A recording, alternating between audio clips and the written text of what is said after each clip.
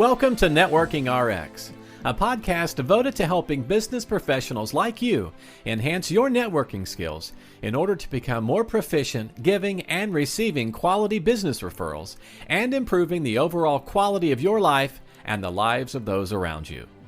The Networking RX podcast is a production of AmSpirit Business Connections, an organization whose mission is to empower business success through networking. Welcome to the Networking RX podcast. I'm your host, Frank Agan, founder and president of AmSpirit Business Connections. Today we have another great guest. As our ongoing subscribers know, often on this podcast, I will be sharing ideas and insights as well as best practices for building professional relationships and excelling at business networking. Occasionally, I'll be interviewing subject matter experts, authors, speakers, thought leaders, social scientists, and these people will share their knowledge to help us build relationship as well as understand why humans interact the way they do. Today is such a guest day, such an expert. I have on the call Mark Herschberg. Mark, did I say that right? That's right. Okay. But he's the author of a book called The Career Toolkit, Essential Skills for Success That No One Taught You.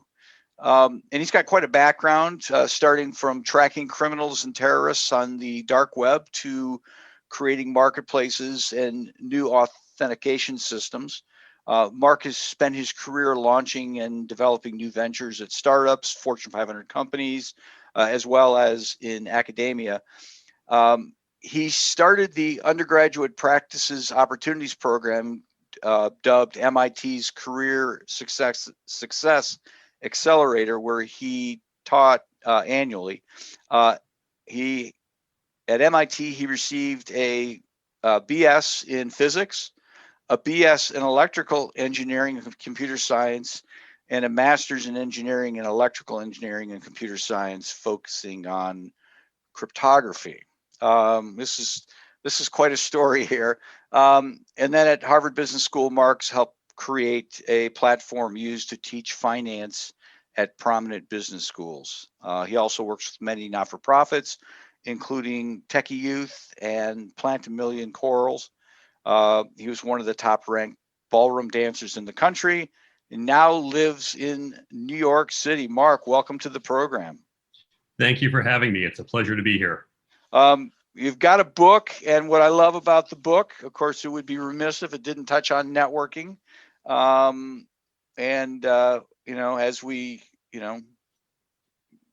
relationships are as old as time, right? It's not, wasn't brought on by the Industrial Revolution. What do you see as a key to networking? Networking is about relationships. And I suspect probably your listeners, because they have focused on building these skills, understand this. Unfortunately, so many people don't. So many people think networking means, okay, I'm going out, I'm going to the happy hour, I'm going to collect as many business cards as possible. And really that mentality, saying that someone whose business card I have, someone who I've added on LinkedIn is in my network, to me, that's the same as saying, well, someone who swiped right on me on Tinder is now my significant other, right? Of course, that's not true. Right. Just because you've added someone, that's not a relationship. Relationships take time, and we know we have to invest in that relationship in order for it to have meaning, and then ultimately for us to perhaps get some value from it in the future. So it's not about just adding connections, it's about building relationships. Well, how do we go about this? How do you recommend people go about building their networks, building these relationships?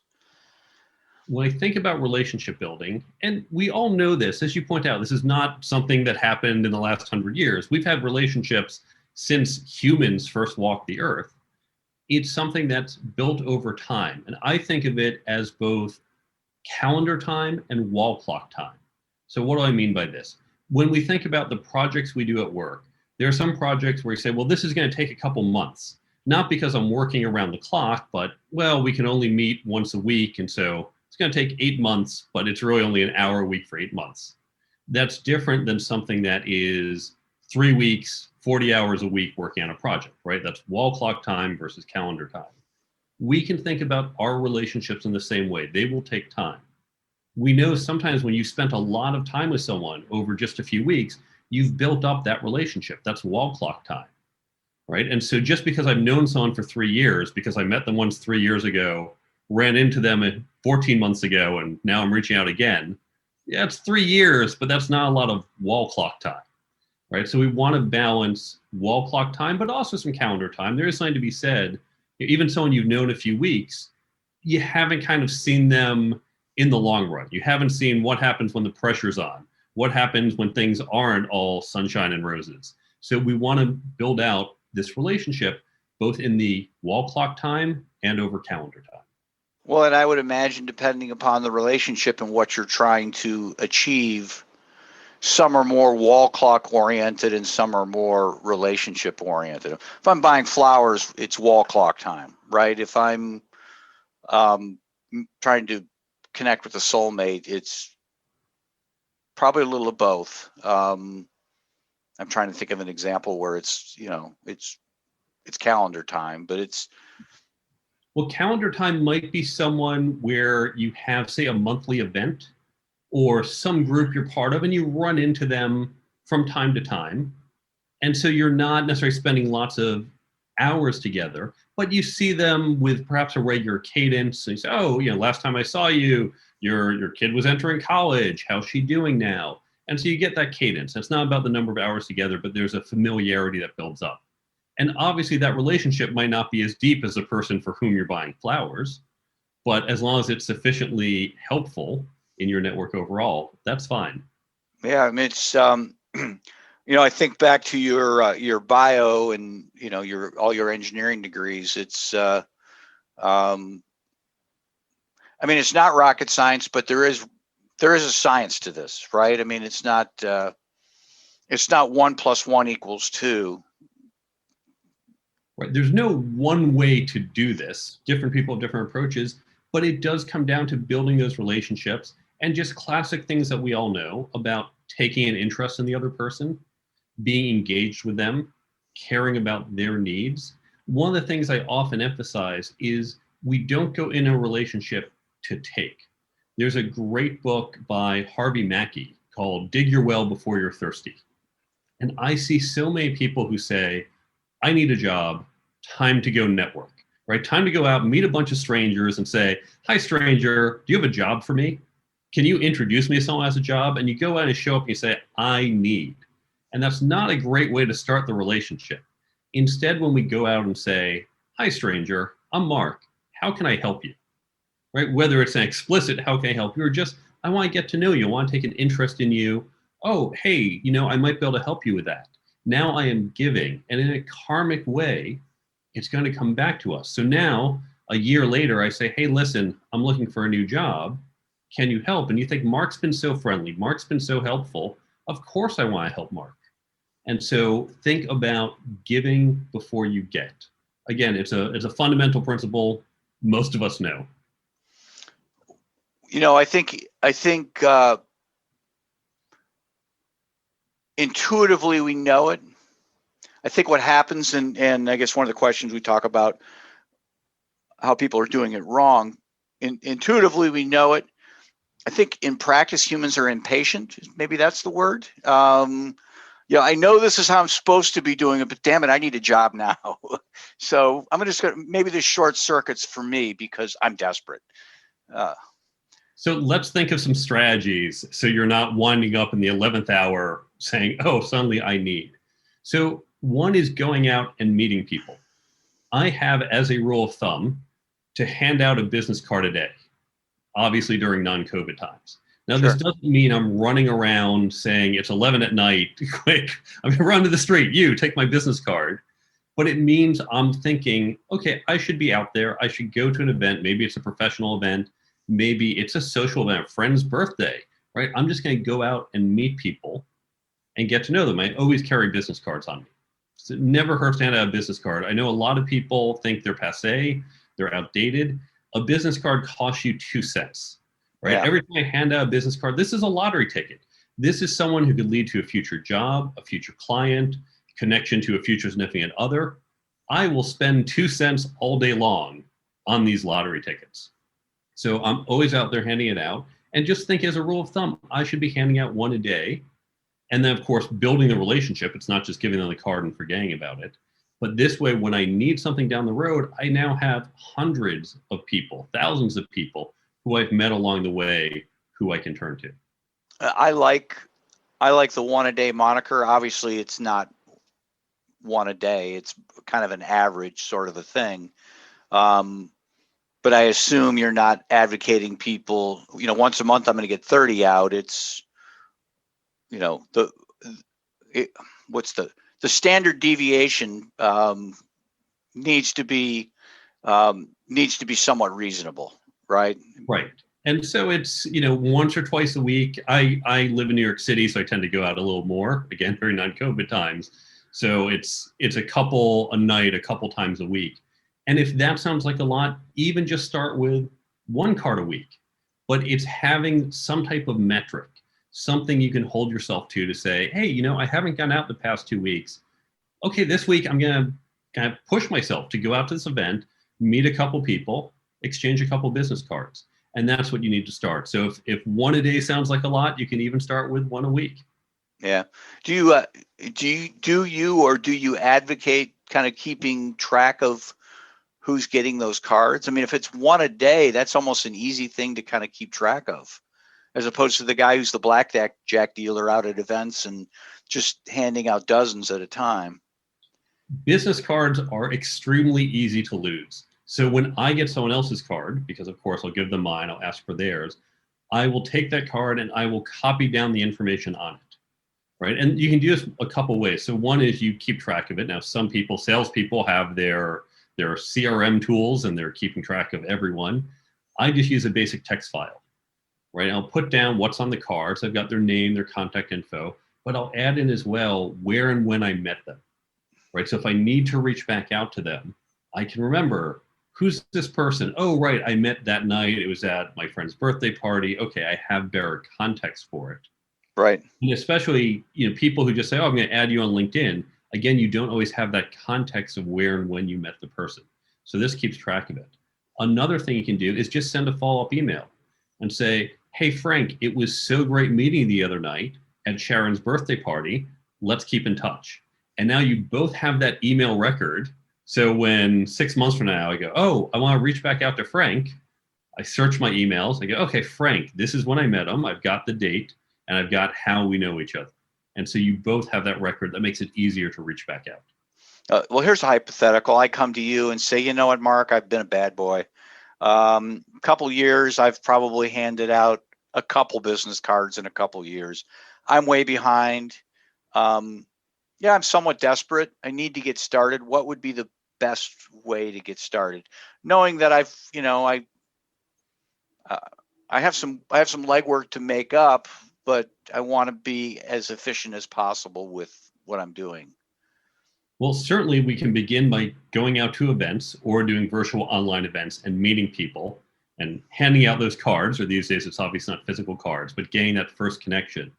But then the second piece, because we've said it's about relationships, it's not simply, great, now hundreds of people have this card. I have to build that relationship with them. And right now, for all the problems that COVID gives us, there are a few silver linings. And so the first is that we have more time. Most of us spend probably 30 minutes a day commuting, possibly more. So you got back 30 minutes in your day. And so imagine if you said, even just once a week, Wednesday morning, that is my coffee with someone morning. So each Wednesday morning, I'm going to reach out to someone and say, Frank, it's been a number of months. Let's just catch up over a virtual coffee.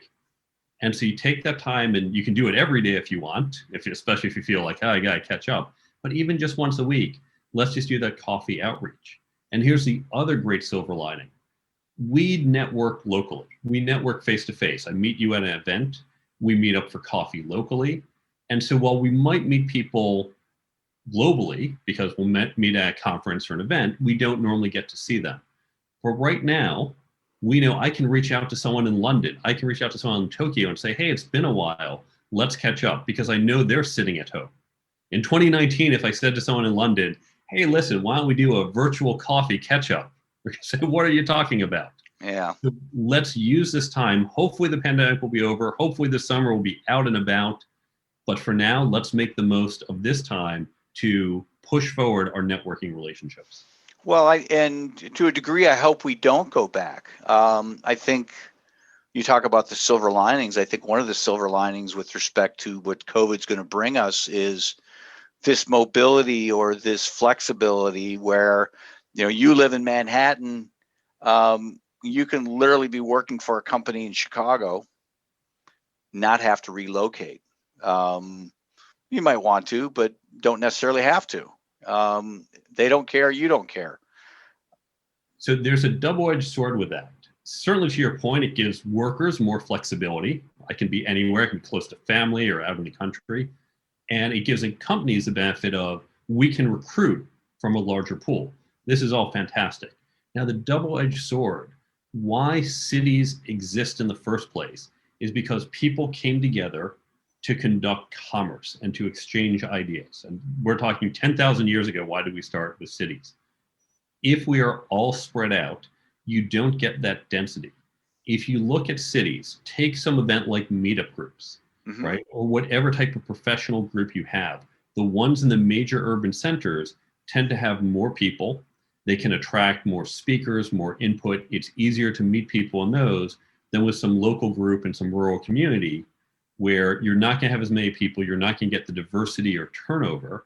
And so our networks aren't going to grow as quickly when going locally. And interesting. Even beyond our general jobs, for a specific job, just building up, if in New York, all that company's clients are in New York, then you in Chicago, you're not going to meet clients, you're not going to meet partners. You can do it virtually, but you're not going to have that meet up at some happy hour interaction. And we have to remember that we want to build our networks both internally within our companies, getting to know other people in the companies, and then externally, which doesn't just mean people who can help me today find a job tomorrow maybe, but also as people in general in my industry and out. So we want to be careful if we get too far away from the nexus of what our industry and profession is. Gotcha. Well, at one point you talked about offering up value. Can you kind of elaborate on that and what you mean by value that people can offer to one another? So this goes back to this karmic feel of when I meet someone, I think, how can I help you? What can I do? And one thing people struggle with is what do I have to offer? And this is particularly true, certainly when I teach this to college students, young adults, people in their 20s say, I don't have much to offer. I'm not some high-powered CEO with a big Rolodex or lots of power, but we all have something to offer. And so if nothing else, we can offer our own networks, right? It's not just you, it's who you know. And one of my favorite stories about this, when I was teaching back at MIT, one of my students had done a summer internship, and it's now the fall, and we're debriefing about what they did over the summer. And I was doing a kind of keynote talk for this event. So I'd introduced myself, spoke a little, and came up to me later and said, wow, what you do fixing companies, boy, we could have used someone like you at the company I was at this summer. I said, oh, okay, well, that's interesting. Can you tell me a little more? And he explained all the troubles they had. I said, well, listen, if you're comfortable, it was a small business. I said, can you introduce me to the CEO? He said, sure, happy to. And this 19-year-old kid got me a 6-month contract, right? And it's not that he had the power to do it. It's that he had the power to open the door and make that introduction. And so all of us, even if we only know a handful of people, those people are valuable to someone out there. So don't just think about what I myself bring, although all of us, I think, do have something to bring, but think about your entire network, because that's what you bring to the rest of your network. Interesting. What would be the proper way to make an introduction? How did that happen? I mean, is there a right way? Is there a wrong way? Yeah, this is a pet peeve of mine, because so many people go, oh, Frank, Mark, I'm introducing you to. Okay, and this is typically by email. Like, sure. Okay, thanks, Frank. Hi, nice to meet you. But you don't even always know why, or you're not sure who should take the next step. So when I do introductions, and they tend to be email introductions, in person it's a little easier because we're obviously going to speak right then and there. But when we do these introductions, I always make sure to reach out to each party individually. that gives them a chance to say, this is not the right contact for me. It also, when they say yes, now they've committed, right? Because now if you said to me, I said, Frank, I want to introduce you to Sarah. And you're like, yeah, sure, send an email. You told me yes, and you're not going to want to go back on your word there. Right. So then we send the email between you and Sarah. I'm going to give the context. Frank, I'm introducing you to Sarah. She's an intern looking for a job at a company just like yours. I told her a little about your organization. And Sarah, Frank, he's the CEO of this company. Here's what he does. He mentioned he was looking for an intern. Sounds like you have the right background. And so you give the context, and then importantly, you set up who should take the next step, right? Because you don't want that, okay, well, I'm waiting for you, you're waiting for me. And so you want to say, Sarah, why don't you start by suggesting some times you're available for Frank to call you, or why don't you send your resume? But you want to put that impetus in there to help people do it. And most of us know to do this. Most of us would take the next step, but occasionally, especially for introducing people who aren't as savvy as perhaps the listeners to this podcast, we want to just make it a little easier for them. Yeah, no, that's a good point. I mean, I've from time to time been at the center of frustrating situations where both parties is saying, yeah, I was really looking forward to it, but they never reached out to me. Almost, hearkening back to mom's chiding to her daughter, good girls don't call boys, kind of a thing, right? Wait for them to call you. Let's shift gears. Let's talk about your book, the Career Toolkit. You want to, tell us a little bit about it, where people can get it, how people can get a hold of you? Sure. And the book itself comes from the fact that these are all skills that we're not actually taught. Right now, your listeners know networking is so important. We all heard that, but most of us were never actually taught that. And so thankfully, some of us know to go out to podcasts like this, but a lot of these skills, so leadership, negotiations, communications, how to interview other people. We all learn how to interview as a candidate, but when we are part of hiring teams, no one taught us how to hire other people. So these are all the important skills we need that we just haven't been taught. So this book is based on input that MIT and other universities got from companies saying, this is what we want in employees, not just new college grads, but everyone, and we're not finding it.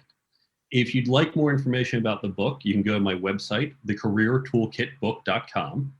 You can learn more about the book, including where to buy it, places like Amazon, Barnes & Nobles. You can download the free app. It contains tips from the book, and so it just passively pops up each day, a little alert that reminds you of one of these tips. Or you can use it, say you're going into a networking event, open up the app and quickly skim through all those networking tips to get that quick refresher. You can also find a lot of great resources on the resources page, free downloads and links to other resources. And then, of course, you can contact me through the form on the website. Okay, great. And the book available pretty much anywhere somebody would think to buy a book? Yeah, certainly Amazon, Barnes & Noble. You can also go to local bookstores. If you click the buy link on the website, it's going to list out all the places you can go so you can get it from your favorite source. Gotcha. Well, Mark, I really appreciate your time on the program today. Thank you again for having me. Thanks for joining us on the Networking RX podcast. Please put what you've learned into action today and let us know if you have questions, comments, or ideas for future topics. You can email them to us at podcast@amspirit.com. That's AMSPIRIT.com. Finally, so you never miss an episode, be sure to subscribe to the Networking RX podcast through iTunes, Overcast, or however you receive your podcasts. Now get out and network with someone. The Networking RX podcast is the copyright production of AmSpirit Business Connection. All rights reserved.